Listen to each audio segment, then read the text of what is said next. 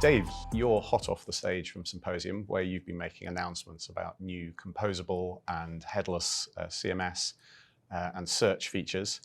And it's a bit like asking you to pick a favorite child, but which of your announcements has excited you the most? Yeah, I think they're all great products, right? I think, and I guess the three we've built in-house are probably the ones closest to my heart.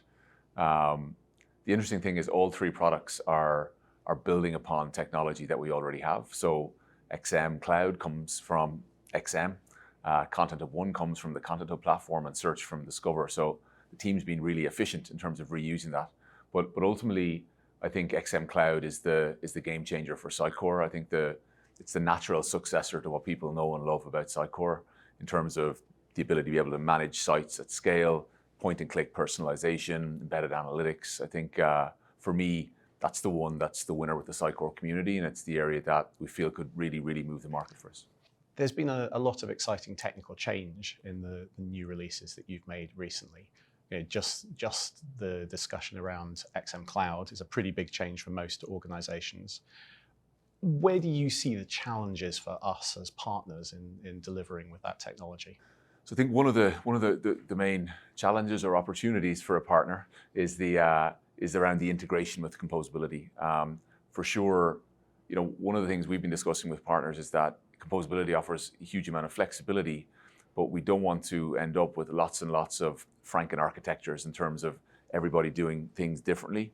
And I'd like to see over time, maybe with Sitecore and some of our key partners, that we can get to some kind of established blueprints for architectural best practices in terms of architectural approach, so that a lot of the implementations of composable start to become quite aligned and we can all start to learn from best practice. In terms of, you know, other things that partners may need to consider, obviously composable means that customers and partners can use different types of technology for integration and for writing front ends.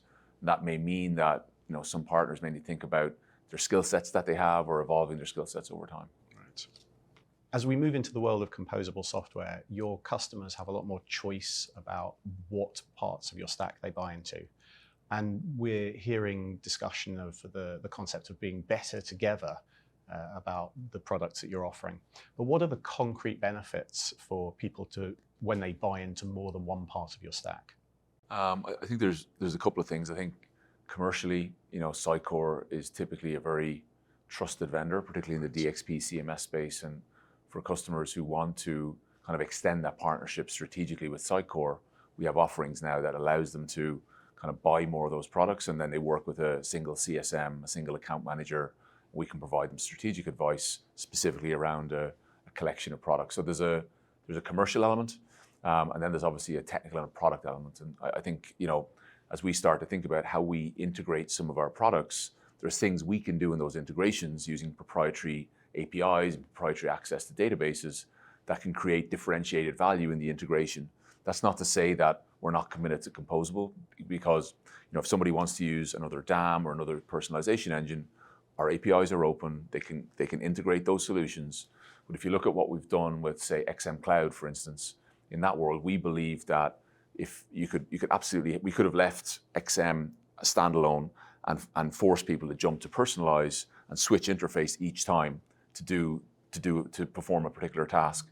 But actually, we felt that for a specific cohort of use cases for workflows, typical marketer workflows, we felt that it would be more beneficial to actually integrate those products much, much deeper, actually create a user interface that means the marketer has a completely coherent workflow natively within the authoring environment in XM. So that's a good example of a better together story where we've gone a step further than just integrating via APIs, and we've brought those two products together to really create a kind of a coherent workflow. And I guess the reason for that is that many of our customers love the workflow from XP, and now we have an alternate workflow in the new SaaS world. Right. We've seen a lot of features being released today. Just the XM Cloud announcement on its own is a pretty big thing. But what do you think we'll be talking about this time next year, and where is your roadmap heading? Yeah, so I guess in terms of Symposium next year, obviously we shared some of our thinking about what we're doing with the CDP data lake and centralizing a lot of the data there. I think a lot of our investments over the next year will be how do we extract value and insight from that data lake to help marketers be more productive and get more insight into how things are performing. Obviously, Project Affinity, the big commerce project, the big extension of Order Cloud, is going to be a really exciting development, and I'm hopeful that we'll be talking with some customers next year on stage about the success they've had with that product. And there's a couple of other things in the works that we're not quite ready to share yet, but hopefully we'll have some more hexagons on the stage next year.